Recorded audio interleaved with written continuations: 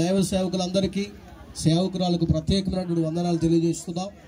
అలాగే వివాహ కార్యక్రమానికి పిలిచినటువంటి కుటుంబ సభ్యులకును, అలాగే నూతనంగా వివాహానికి సిద్ధపడినటువంటి సాయి బుజ్జమల గారికి చేరువచ్చిన మీ అందరికీ యేసుక్రీస్తు నామములో అందరికీ ప్రత్యేకమైనటువంటి వందనాలు తెలియజేస్తున్నాం. దేవునికి స్తోత్రం, హల్లెలూయా. వివాహము అన్ని విషయములలో ఘనమైనది. హెబ్రీయులకు రాసిన పత్రిక 13:4 మనందరికీ తెలిసిన వాక్యం. ప్రియులారా, ఈ యొక్క ఘనమైనటువంటి వివాహ కార్యక్రమంలో ఈ నూతనంగా జతపరచబడబోతున్నటువంటి బిడ్డలకు కొన్ని హెచ్చరికలు, కొన్ని సలహాలు ఇచ్చి వాక్యాన్ని క్లోజ్ చేయాలని ఆశపడుతూ ఉన్నారు. దేవునికి మహిమ కలుగును గాక. పరిశుద్ధ గ్రంథంలో రాయబడినటువంటి మాటలు ప్రియులారా, ఆదికాండ గ్రంథం 2వ అధ్యాయము 18వ వాక్య ప్రకారముగా నరుడు ఒంటరిగా ఉండటం మంచిది కాదు అని బైబిల్ వాక్యం సెలవిచ్చింది. చాలా తల్లి నేను చదివేసినాను. దేవుని స్తోత్రం కలుగును గాక. దేవాది దేవుడు ప్రియులారా మొట్టమొదటిగా ఆదాము గారు ఒంటరిగా ఉండటం చూచి ఆయనకు సాటైన సహాయకురాలుగా అవ్వను తయారు చేసి వారి ఇరువురికి వివాహాన్ని జరిపించినట్లుగా మనం పరిశుద్ధ గ్రంథంలో చూడగలుగుతున్నాం. దేవునికి స్తోత్రం చెప్పండి గట్టిగా. దేవాది దేవుడు ఈ సృష్టి ప్రారంభంలోనే మొట్టమొదటిగా వివాహాన్ని ప్రభు చేశాడు. ఆ తర్వాత కొత్త నిబంధన కాలంలో దేవాది దేవుడు ఈ భూమి మీదకి వచ్చి ఆయన సువార్త ప్రారంభించినప్పుడు మొట్టమొదటిగా కానా అనేటువంటి ఊరిలో పెళ్లికే వచ్చాడు. మూడోదిగా దేవాది దేవుడు ఈ లోకాన్ని సమాప్తం చేయబోతుంది కూడా దేవాది దేవుడు వివాహంతో చేయబోతున్నాడు. దేవుడి స్తోత్రం చెప్పండి గడి హల్లెలూయా. యేసు ప్రభు వారు పెళ్లి కుమారుడిగా తిరిగి రాబోతున్నాడు. పెళ్లి కుమార్తెగా మనమంతా కూడా సంఘం సిద్ధపడాలి. ఆమేన్ చెప్పండి గట్టిగా హల్లెలూయా.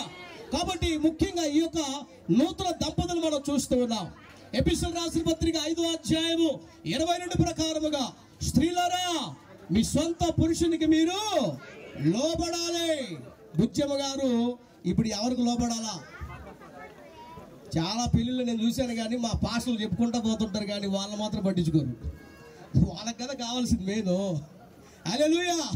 ఇప్పుడు సాయి బుజ్జమ్మ గారు వినాలి ఇప్పుడు మెయిన్. అంతే. వారి తర్వాత మనందరం కూడా విందాం. దేవునికి స్తోత్రం కలుగును గాక. బైబిల్ వాక్య ప్రకారంగా ప్రియులారా ఇక్కడ ఉన్నటువంటి బుజ్జమ్మ గారు మరి ఆమెకు కాబోతున్నటువంటి భర్త అయినటువంటి సాయి గారికి ఏం కావాలంట? లోబడాలి. ఎపిసోడ్ రాసిన పత్రిక 5:25 ప్రకారముగా సాయి బుజ్జమ్మను ప్రేమించాలి. స్తోత్రం చెప్పండి గట్టిగా. కాబట్టి టోటల్ గా వీళ్ళకి చెప్పాల్సినటువంటి ప్రాముఖ్యమైన విషయాలు ఏంటయ్యా అంటే, ఒకటి ప్రేమ, శాశ్వతమైనటువంటి ప్రేమ. యేసు ప్రభువారు మనందరి మీద శాశ్వతమైన ప్రేమ చూపాడు. అలాంటి శాశ్వతమైనటువంటి ప్రేమతో ఈ ఇరువురు కూడా ముందురు గాక. పెళ్ళైన తర్వాత కొన్ని రోజులు మాత్రమే ఆ ప్రేమ సాగి ఆ తర్వాత ఐస్ క్రీమ్ కరిగిపోయినట్లుగా. ఏం కరిగిపోయినట్లుగా ఏంటంటే మీరు అందరు చెప్పరేంటి? ఐస్ క్రీమ్ ఎప్పుడు తినలేదా? ఐసులు తినలేదా? అదిగా. కాబట్టి ఐస్ క్రీమ్ కరిగినట్లుగా మొట్టమొదటి ఐస్ క్రీమ్ బాగానే ఉంటుంది, తర్వాత ఏమవుతుంది? కరిగిపోతుంటుంది. ఇక్కడ పెళ్ళైన తర్వాత స్ట్రాంగ్ గా ప్రేమ కలిసి ఉండి తర్వాత చిన్నగా ప్రేమ తగ్గిపోకూడదు.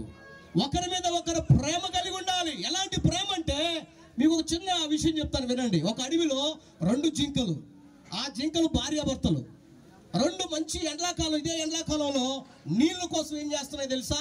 2 పరుగులు తీస్తూ ఉంటే ఒక చోట నీళ్లు గుంట కనబడింది. అక్కడ కొద్దిగా నీళ్లు మాత్రమే ఉన్నాయంట. ఈ 2 జింకలు నేరుగా వెళ్ళిపోయి అవి 2 జింకలు తాగటానికి సరిపోవు.